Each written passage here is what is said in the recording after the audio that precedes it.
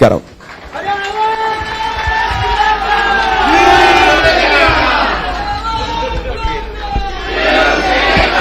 जय महाराष्ट्र. आवाज येतोय ना?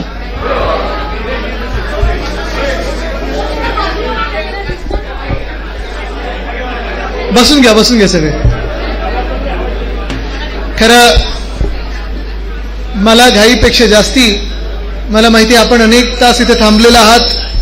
जवळपास 6 पासून आपण इथे बसलेला आहात. खोळंबून ठेवायचं नाही आपल्याला. आज रविवार आहे. घरी सगळे जेवणाची वाट पण पाहत असतील. काय नाही ठीक आहे. नाही पण एवढ्या वेळ मी नाही थांबणार 10 पर्यंत. पण आज खरोखर दोन्ही कार्यक्रम म्हणजे पहिला योगेशजींसाठी होता, दुसरा माधुरीताईंसाठी आहे. योगेशजी मला घेऊन गेलेले कुठे? जुहूचंद्र गाव, नायगाव तिथे. आणि एक नवीन शाखेची स्थापना केली होती. इमारत बांधून तयार होती. अनेक दिवस तारखेंचं पुढे पाठी चाललं होतं. मग अधिवेशन सुरू झालं आणि मग मागच्या वेळी ठरवलं की नाही, जायचं म्हणजे जायचंच. किती पाऊस पडला, किती अडवणूक कोणी केली तरी आपल्याला जाऊन ते शाखेचं उद्घाटन करायचंच आहे. कारण शाखा म्हटल्यानंतर, शिवसेनेची शाखा म्हटल्यानंतर आपल्या सेवेचं ते केंद्र असतं. जसे आज आपण इथे आलेले आहात, आपले अनेक वर्ष जे शाखा प्रमुख असतात, पदाधिकारी असतात, उपशाखा प्रमुख असतात, महिला पुरुष दोन्ही, युवा सेनेचे असतील, युवती सेनेचे असतील, हे सगळे त्याच शाखेतून लोकांची कामं करतात. आणि हल्ली असं झालं, मी सगळ्यांनाच सांगतो, प्रत्येक शाखेत जातो तेव्हा सांगतो की आता असं पकडू नका की प्रत्येक जण काही शाखेत येणार आहे. स्विगीचा जमाना आहे. होम डिलिव्हरी पण गरजेची आहे. व्हॉट्सअपवरनं घरोघरी जाणं गरजेचं असतं. थोडं पाणी सांग. आणि होम डिलिव्हरी करत असताना आपल्याला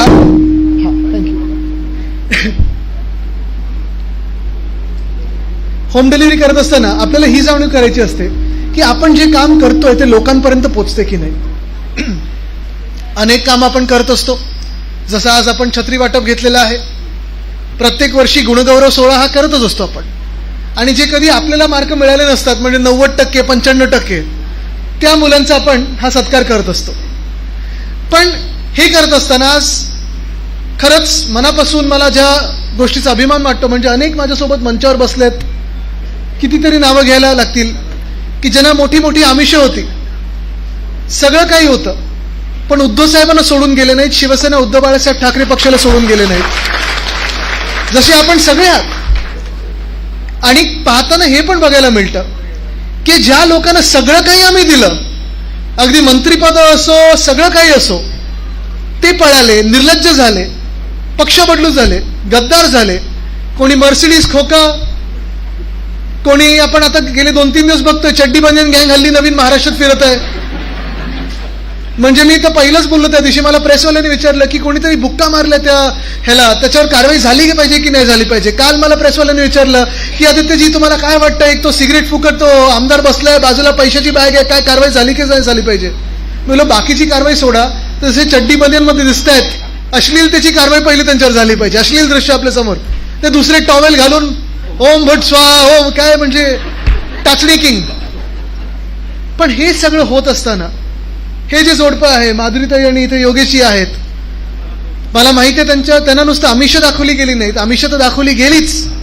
फंड देतो, पैसे देतो, पद देतो, धमक्या पण आल्या, खोट्या केसेस पण टाकल्या गेल्या, सगळं काही झालं, पण ते वाकले नाहीत, ते झुकले नाहीत.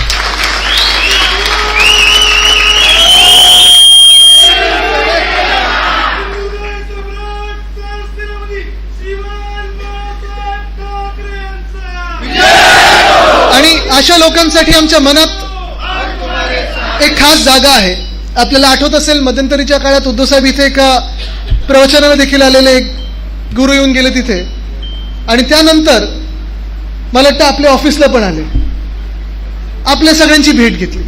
आणि हेच तर प्रेम असतं, हेच तर नातं बोलतात, ह्यालाच नातं बोलतात. सगळं काही असताना, सत्ता असताना, सरकार असताना सगळेच येऊन चिकटतात, पण जेव्हा हातात काही नसतं ते जे सोबत राहतात त्यालाच खरं नातं बोलतात. मला वाटतं हे नातं आपण जपणं गरजेचं आहे. ताई कदाचित आज आपल्याला वाटत असेल की आज आपल्याकडे महापालिकेत सत्ता नाही, उद्या येणार. कदाचित आपल्याला वाटत असेल की फंड नाही आपल्याकडे आत्ता काम करायला, आणि ती सत्य परिस्थिती लोकांना पण माहिती आहे, आपल्याला पण माहिती आहे. पण जेवढाही आपण प्रयत्न करू, मी आपल्याला पण सांगितलं, योगीजीने पण सांगितलं की स्वतः उद्धव साहेब आमदार आहेत, त्यांच्याकडून पण फंड घेऊ. मी काय वरळीचा फंड इथे वळवू शकत नाही, कारण माझा फंड माझ्याच मतदारसंघात जातो, पण निश्चितपणे ते करूच. पण एक नक्की आहे की वारं ज्या दिशेने वाहत आहे संपूर्ण महाराष्ट्रात, नुसतं मुंबईत नाही तर महाराष्ट्रात हे दिसायला लागलेलं आहे की सरकार प्रत्येक पावलावर उघडं पडत आहे. म्हणूनच तर सगळी धडपड सुरू झालेली. दोन भाऊ एकत्र येणार म्हणतायत, निवडणूकच पुढे ढकलून देणार असं ऐकायला आलं. एवढी भीती मनात बसलेली, एवढी भीती मनात बसलेली. असो, पण आता लगेच मी पुढे काही ह्याच्यावर बोललो तर युतीचे संकेत वगैरे इथे 2 कॅमेरे लागलेले आहेत. विशालजी तिथे लिहितातच आहेत काहीतरी टेक्स्ट, ते लगेच ब्रेकिंग न्यूज चालवतील. मी काही त्याच्यासाठी आलेलो नाही. आज मी खरोखर कुठच्याही कार्यक्रमाच्या ऐवजी आपल्याला खरं तर भेटायला आलो, कारण आज अनेक ठिकाणी मी पाहतो की हे महाराष्ट्रात एक नातं जे आपलं पुन्हा एकदा बनत चाललेलं आहे. आपल्याला कदाचित वाटलं असेल की निवडणुका झाल्या आणि जिथे आपल्याला वाटत होतं आपलं सरकार येणार, आपल्याला वाटलं होतं की महाविकास आघाडी आपण किती 150 क्रॉस करू, 40च्या आत आपण राहिलेलो आहे, फॉलो ऑन आता मिळालेलं आहे, आपल्याला बॅटिंग करायची आहे. पण तुम्ही जर नीट आता पाहायला लागाल जशी सरकारची वागणूक आहे, हे जे 3 लोक आता सरकारमध्ये बसलेले आहेत, जशी ह्यांची सत्तेसाठी धडपड चालू झालेली आहे, कुठे ना कुठेतरी काहीतरी गडबड आहे हे लिहून घ्या. म्हणजे जेव्हा आत्ता आपण पाहिलं असेल, राहुल गांधींनी एक लेख लिहिला की फडणवीस साहेब जे जिंकलेले आहेत ते काही तिकडच्या जनतेमुळे नाही तर जास्तीची मतं जी आहेत त्याच्यामुळे जिंकले. त्याच्यानंतर स्वतः मुख्यमंत्र्यांनी त्यांना उत्तर देणं, म्हणजे गडबड ही 100% आहे. महाराष्ट्रात हे सगळीकडे सांगितलं जात आहे की जवळपास 118 मतदारसंघांमध्ये ह्यांनी 47 लाख मतं जी वाढवलेली आहेत, ही मतं आली कुठून? मला आठवतात मुंबईतल्या पण सभा आठवतात, मला महाराष्ट्रातल्या सभा आठवतात, संपूर्ण महाराष्ट्रातलं ते वातावरण आठवतं जिथे असं वाटत होतं की परिवर्तन घडणार म्हणजे घडणार आणि आपलं सरकार येणार म्हणजे येणारच. पण आपण जसं आज ताईंनी मला सांगितलं की ही काही जमवलेली गर्दी नाहीये, हे आपले निष्ठावंत शिवसैनिक आहेत, मुंबई प्रेमी, महाराष्ट्र प्रेमी जनता आहे, मराठी प्रेमी जनता आहे. आणि आता एकच ध्येय जे आपल्या डोळ्यासमोर आहे ते म्हणजे मुंबई महानगरपालिका. अर्थात ठाणा आहे, पुणे आहे, नाशिक आहे, नागपूर आहे, सोलापूर, कोल्हापूर, वसई विरार, जिथे आम्ही जाऊन आलो, या सगळ्या महानगरपालिका जिंकायच्याच आहेत. पण आपण जर आपलं काम बरोबर केलं, आणि आपलं काम एवढंच आहे मला वाटतं कार्यकर्ते म्हणून आणि आपण शिवसैनिक म्हणून, पदाधिकारी म्हणून, की आपल्या मतदार यादीमध्ये घोळ तर नाही झालं ना, आपल्या मतदार यादीमध्ये कोणाला जास्ती घुसवले नाहीत ना, कोण आपले हक्काचे ते कमी केले नाहीत ना. कारण जे काही दिसतं एकंदर भाजपकडून ते 30-40 मतदार आपले कमी करतात आणि 30-40 मतदार त्यांचे घुसवतात, म्हणजे ते फुगवटा होतो, सूज येते त्या मतदारसंघामध्ये. आणि ही आलेली सूज जसं भाजपला आली, आज बघा ना तुम्ही, भाजपमध्ये कितीतरी कार्यकर्ते आहेत जे 25 वर्ष 30 वर्ष काम करतात, मेहनत करतात, आपल्या सोबत असताना देखील आंदोलनं केली, लाटेकाटे खाल्ल्या, आहेत कुठे आज? मंत्रिपद मिळाले नाही, सत्तेत पद मिळाले नाही, सत्तेत स्थान मिळाले नाही, फंड मिळतोय का नाही. मग हे भाजपचे कार्यकर्ते नेमके आहेत तरी कुठे? तशीच ही मतं जी त्यांना मिळालेली आहेत, जर आपण त्याच्यावर नजर ठेवून काम केलं, मला वाटतं तिथेच आपण निवडणूक जिंकू. कारण आज आपण पाहतो या मुंबईला गरज आहे ती परिवर्तनाची आहे. आत्ता आम्ही येत असताना हा मुंबई अहमदाबाद महामार्ग एवढा भयानक आहे, म्हणजे खरोखर तुम्हाला सांगतो, जिथे टोलचे नाके आहेत ना तिथे हाडवैद्यांची जर दवाखाने लावले तर ते अजून चालतील, लेपाचं दुकान लावलं तरी अजून चालेल, एवढे भयानक सगळे रस्ते करून ठेवलेत. मुंबई आज तुम्ही पहा, इथे तिथे जरा जाऊन या, कितीतरी गोष्टी आपण सुरू केलेल्या हे बंद पाडायच्या मागे निघालेले आहेत. चांगले चांगले जे आपण वाटेल त्या प्रोजेक्ट्स बोलतो ते असे भयानक करून ठेवलेले आहेत. तुम्ही मुंबई नागपूर जा, मुंबई गोवा जा, मुंबई अहमदाबाद जा, मुंबई नाशिक जा, कुठचाही राष्ट्रीय महामार्ग घ्या, आपला वेस्टर्न एक्सप्रेस हायवे घ्या किंवा गल्लीतला रस्ता घ्या, तुम्हाला असं वाटेल की मुंबई कुठच्या तरी युद्ध चालू आहे अशा प्रदेशात आहे. भयानक परिस्थिती करून ठेवलेली आहे. वरतून काही कोसळेल का, खालतून काही फुटेल का, पाणी वेळेवर येत नाहीये, आलं तर भयानक, म्हणजे कोकोकोला येतं की पाणी येतं हे कळत नाहीये. आणि अशा परिस्थितीमध्ये आपण एक पाऊल पुढे की एक पाऊल मागे, हे शहर कुठे चाललंय हा विचार करणं गरजेचं आहे. मी माझ्या प्रत्येक सभेच्या ठिकाणी आवर्जून विचारतो की इथे, जसं आज इथे विचारेन मी साधा सोपा प्रश्न, जर मुंबईचे हाल काय झालेत हे विचारायचं असेल तर सोपा प्रश्न मी तुम्हाला विचारीन, इथे किती लोक बीएसटी वापरतात? बीएसटी बस किती वापरतात? बीएसटी सगळे वापरतात ना. आता तुम्ही मला सांगा, ह्या बसमध्ये जेव्हा आपलं सरकार होतं तेव्हा किती किमतीत तुम्हाला किती दरात तिकीट मिळायचं? 5 रुपयात मिळायचं ना. 5 रुपयात किती किलोमीटर जाऊ शकत होतात? 5. 10 मध्ये 10, 15 मध्ये 15, 20 मध्ये तुम्ही 15हून जास्ती किती किलोमीटर कुठूनही कुठे जाऊ शकत होतात. बसेस सगळ्या गल्लीत होत्या. मिनी बस होती, मीडियम रेंज बस होती, लॉंग बस होती. आपण डबल डेकर बस आणली. आता तुम्ही मला सांगा, जशा बसेस आपल्याला आधी मिळायच्या, कुठच्याही गल्लीत गेलो तर बस सापडायची. दिसते बस आपल्याला तशी? नाही दिसत. दर काय झालेत आता? 12 रुपये डबल. मग नेमकं कोणाची मदत होते? जेव्हा आपले 5 रुपयाचे भाडं होतं, 5 रुपयाचं तिकीट होतं, तेव्हा ह्या मुंबईमध्ये जवळपास 30 ते 35 लाख लोक रोज मुंबईकर प्रवास करायचे, ते आपल्या बीएसटी बसवर करायचे. आता अर्ध झालेलं आहे. मग फायदा कोणाचा झाला? मुंबईचा जो आर्थिक कडा आहे ना, मोडायचा आहे ना. या भाजपला जो मुंबई लुटायची आहे ती इथपासून सुरुवात होते. मुंबई जी लुटायची आहे ना, ती अशी लुटायची आहे की तुम्ही तुमच्या ऑफिसला पण जाऊ शकणार नाही, तुम्ही तुमच्या कामावर जाऊ शकणार नाही. तुम्हाला कामावर जायचं असेल तर तुम्हाला कुठचं तरी महाग उबर बिबर पकडायला लागेल किंवा कुठचंही अजून मोठी बस पकडायला लागेल. तिथे तुमचे अर्धे पैसे तिथेच खर्च होतात. पहिलं म्हणजे नोकऱ्या नवीन निर्माण नाही होत. बीएसटीच्या बस असतील ते आपल्या हल्ली गल्लीत येत नाहीत. आपल्या वेळी साधारणपणे 4,000 बसेस होत्या. 2027 पर्यंत आपण 10,000 करणार होतो. आता राहिल्यात किती? 1,000-1,500 बसेस राहिलेल्या आहेत. जाणार कसं आपण ऑफिसला? बरं, ऑफिसला जाताना जर पाय बसमधून उतरलात, बस सापडली, बसमधून उतरलात, फुटपाथ नीट आहेत का? कुठचे आहे? कुठचा फुटपाथ? एक तरी मला या मुंबईत आत्ता फुटपाथ दाखवा जिथे तुम्ही चालू शकता. भयानक परिस्थिती करून ठेवलेली आहे. बरं, ऑफिसमध्ये गेलं तर ऑफिसमध्ये आपण पाहतोय दबाव तर असतोच की आता चला ऑफिस आपलं चाललंय. कुठे चाललंय? गुजरात.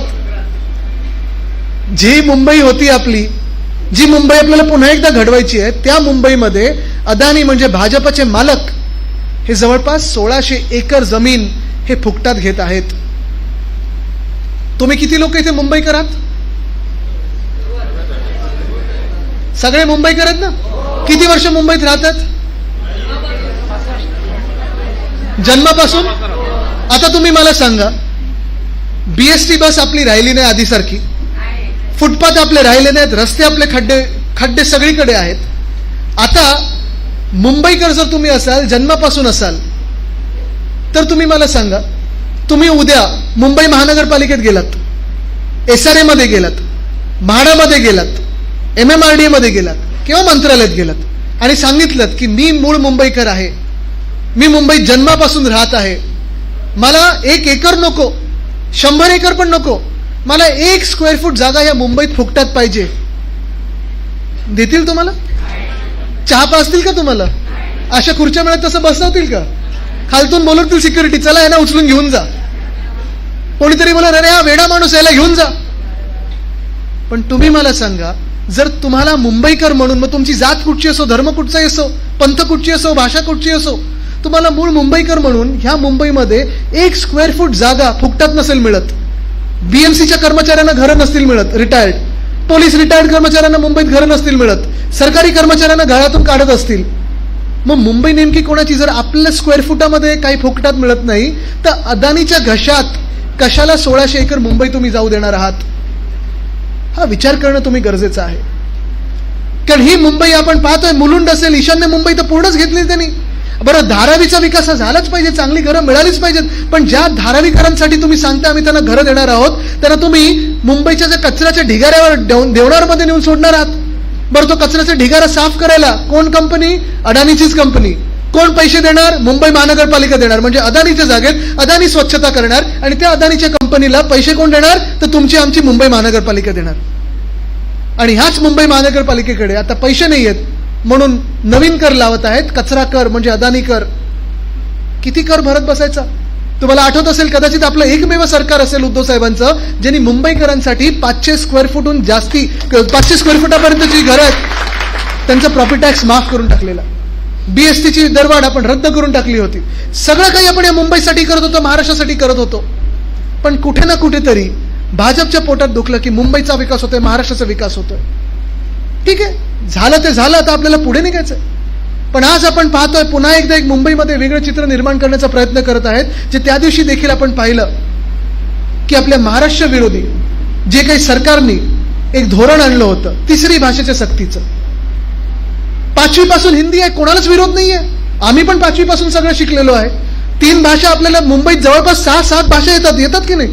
आपण आणि मुंबईकर तर एवढे फ्लेक्सिबल आहोत, ज्या राज्यात जातो त्या भाषा शिकतो आपण. पण मुंबईमध्ये 1ली पासून 3री भाषा कशासाठी सक्ती पाहिजे? हिंदी आली कशासाठी सक्ती पाहिजे? आणि मग जेव्हा आपण असो, मनसे असो, इतर सगळे पक्ष एकत्र आलो, सरकारला मागे जायला लागलं. पण पुन्हा एकदा सरकार विचार करतंय की ठीक आहे, आता ही एकी जी झालेली आहे ही आता तोडायची कशी? मुंबईकर जे एकत्र आलेले आहेत, महाराष्ट्र जो एकत्र आले आहेत, ते तोडायचे कसे? मग पुढचे हे खेळ खेळणार आहेत, जातीमध्ये वाद निर्माण करणार आहेत, पंथामध्ये वाद निर्माण करणार आहेत. एवढंच काय तुम्हाला सांगतो, हाऊसिंग सोसायटीमध्ये पण वाद निर्माण करायला थांबणार नाहीत. हे आपण ठरवायचंय मुंबई कोणाच्या हातात राहणार आहे. ठीक आहे, आता थोडेफार आपण टीव्हीवर बघायला लागलेलो. आणि तुम्हाला हेही सांगतो मी, काही भाजपचेच पेरलेले लोक असे असतील की ते हिंदी विरुद्ध मराठी वाद निर्माण करतील. कितीतरी लाख लोक इथे राहतात जे अनेक वेगळ्या वेगळ्या भाषा बोलतात.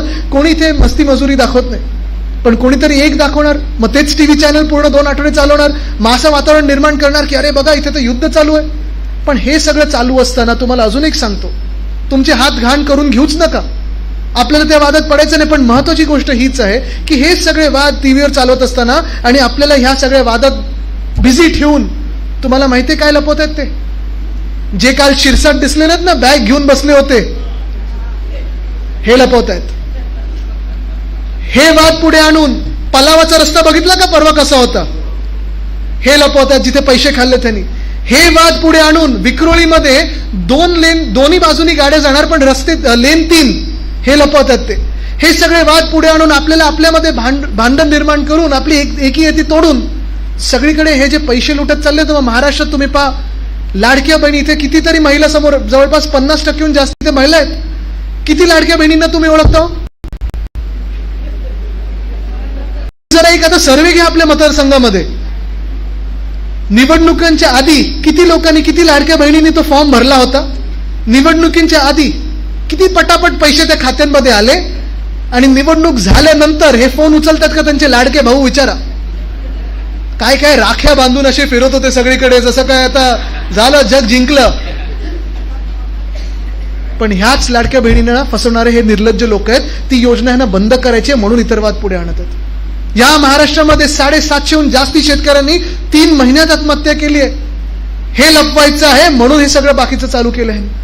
मुंबईमधल्या रस्त्याचा घोटाळा जो 3 वर्ष मी बोलत आहे की 5 मोठ्या कॉन्ट्रॅक्टरना दिलेला आहे, ते त्यांना लपवायचं आहे म्हणून बाकीच्या लोकांना आपल्याला भांडत ठेवत आहेत. धारावी जशी हे अदानीच्या कशात घालत आहेत, हे लपवायचं आहे ना म्हणून भांडत ठेवत आहेत. तुम्ही विचार करायचा आहे. ठीक आहे, हे येतील आणि आपल्याला फसवण्याचा प्रयत्न करतील, हिंदुत्वावर बोलतील, सगळ्या वेगळ्या वेगळ्या विषयांवर बोलतील. तुम्ही त्यांना एवढंच बोला, मुद्द्याचं बोला. जेवढं माझ्या खिशातून तुम्ही कापताय ना, जे माहिती आहे मला आणि जे माहिती नाही आहे मला, जी लूट तुम्ही माझ्या महाराष्ट्राची केली आहे, त्याचं मला पहिलं उत्तर द्या. तर आणि तरच त्यांना तुमच्या दारी उभं करा, नाही तर सांगा चालते व्हा. असो, जास्ती वेळ काही मला बोलायचं नाही ना. इथे जी मुलं आले ज्यांचा सत्कार आहे ते पण कंटाळतील. पण जी छत्री वाटप आहे ही फक्त छत्र्या नाही आहेत. ह्या आत्ता जो भ्रष्टाचाराचा आपण पाहतोय, उलटा पाऊस स्वतःवर पाडून घेतात, तो थांबवण्यासाठी तुमची छत्री ही वापरली गेली पाहिजे. मुंबईवर भाजप जो बडेमार करत आहे, अन्यायाचा करत आहे, सगळ्याचा करत आहे, मुंबईला त्या पावसापासून वाचवण्याची ताकद तर तुमच्या छत्रीमध्ये असायला पाहिजे. मी पुन्हा एकदा आपल्या सर्वांना शुभेच्छा देतो. खास करून ज्या मुलांनी 90%हून जास्ती आणि कमी पण असतील तरी त्यांना शुभेच्छा देतो, कारण आम्ही त्या ब्रॅकेटमध्ये येतो. मी 80% वाला होतो, कारण 80% समाजकारण, 20% राजकारण, म्हणून मी 80%च पकडलं होतं. तरी देखील सगळ्यांचं मी मनापासून अभिनंदन करतो आणि तुर्तास इथे थांबतो. धन्यवाद. जय हिंद, जय महाराष्ट्र, वंदे मातरम.